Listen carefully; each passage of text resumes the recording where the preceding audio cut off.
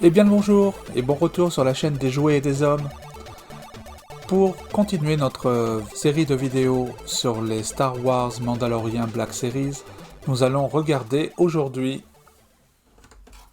la figurine du Remnant Trooper. Pas grand chose à dire sur les Troopers, en fait. Le Stormtrooper est la figurine récurrente dans l'univers de Hasbro, dans la série Star Wars, que Hasbro se plaît à décliner à toutes les sauces, toutes les couleurs et toutes les peintures, juste pour nous vendre des figurines supplémentaires.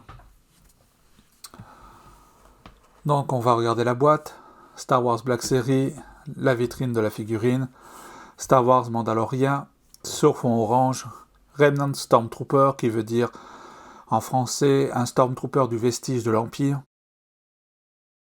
Attention, ne convient pas aux enfants en dessous de 3 ans. 4 ans et plus, le logo Hasbro, une illustration de notre Stormtrooper, la même illustration avec un petit résumé de l'état de l'Empire et des Stormtroopers, risque d'étouffement, mention légale, le logo interdit en dessous de 3 ans, Hasbro Disney fabriqué en Chine, le code barre et les mentions légales. A noter que c'est la figurine numéro 9 du Mandalorian.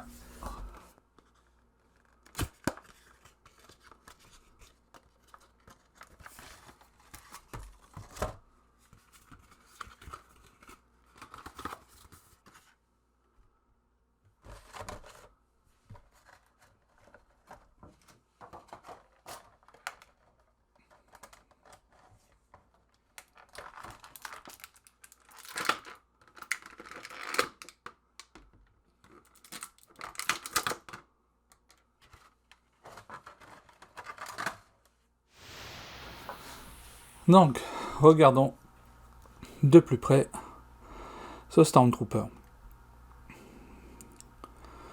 Pas mal de petits détails de peinture ont été rajoutés pour simuler l'usure de l'armure, pour montrer que l'Empire est décrépit et que, en tout cas, cette garnison de Stormtrooper n'est pas aussi bien entretenue que le reste. Donc des splashes de peinture grise pour simuler la saleté, des splashes de peinture orangée pour simuler l'usure de l'armure. Ce qui est très drôle, c'est qu'il n'y a rien à l'arrière, donc ça veut dire que la machine, lorsqu'elle a peint la figurine est passée devant, elle a fait un gros splash. Et ça a été fini. Ils ont oublié de retourner les figurines pour faire la même chose derrière. Côté détail, on est assez habitué à ce moule. Il n'y a rien de plus, rien de moins. Ça reste quand même des très belles figurines, mais on nous l'a sorti à toutes les sauces, à toutes les waves et à toutes les demi-waves. Donc là, il y a un petit peu d'abus de la part d'Hasbro à un certain moment. On remarquera qu'il y a, comme pour l'armurière, une tête sous le casque. Bien sûr, on ne peut pas retirer le casque. Donc ça serait amusant de voir qui est en dessous. Côté articulation, on va pouvoir lever la tête, on va pouvoir la baisser. Mais on a aussi une articulation au niveau du cou qui permet d'avancer de cette manière-là.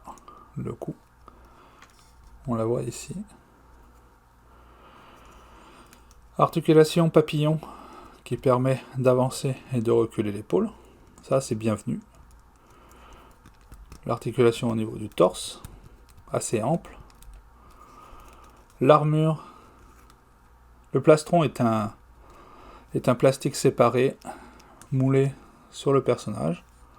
Certainement collé ici, en fait, pour l'assembler. Les épaulières sont un élément séparé, fixé sur le haut du torse.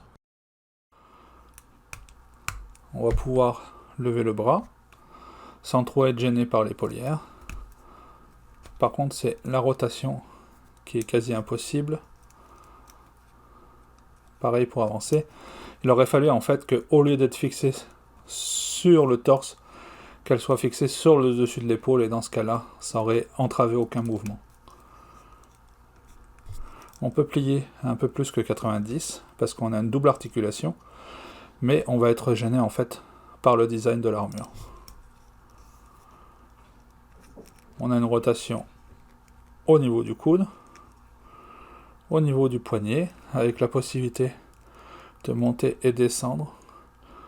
En fait, pratiquement tous les personnages qui ont une arme en main vont avoir l'articulation dans ce sens-là, qui permet de monter et descendre suivant le besoin.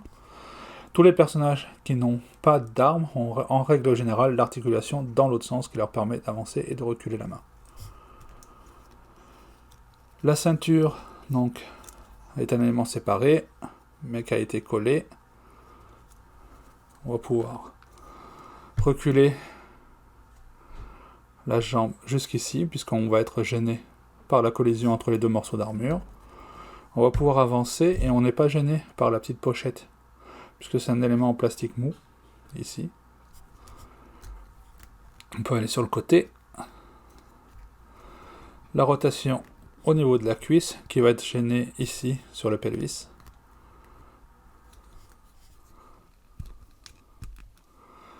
Articulation simple sur le genou, qui de toute manière, si ça avait été une double articulation, on aurait été gêné par la collision entre les deux morceaux d'armure. Le pied ne peut pas aller trop en arrière, toujours pareil, le design de l'armure qui gêne. On peut aller en avant par contre. On peut aller sur les côtés. Donc somme toute assez standard.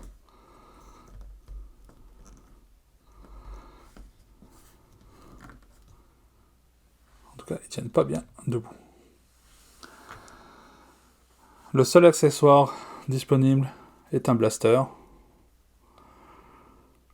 On s'entend, c'est le même depuis pas mal d'années. C'est juste un bout de plastique noir. Pas de détails de peinture, rien du tout.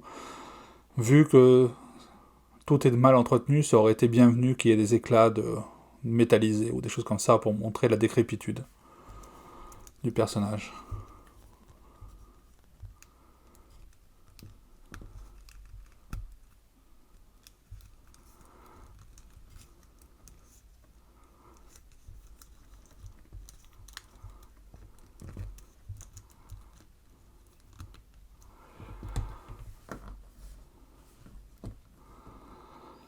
A noter que les vestiges de l'Empire sont présents dans la saison 1 du Mandalorian,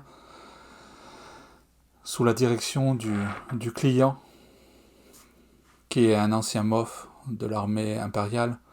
Donc on attend avec impatience de pouvoir avoir la figurine du client pour aller avec ce Remnant.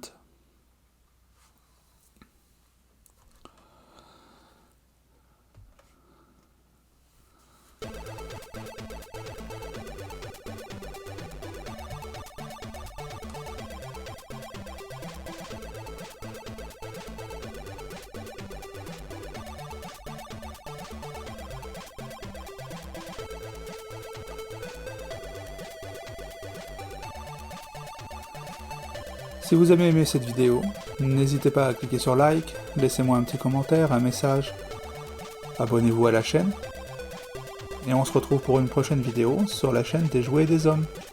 Merci, bye bye.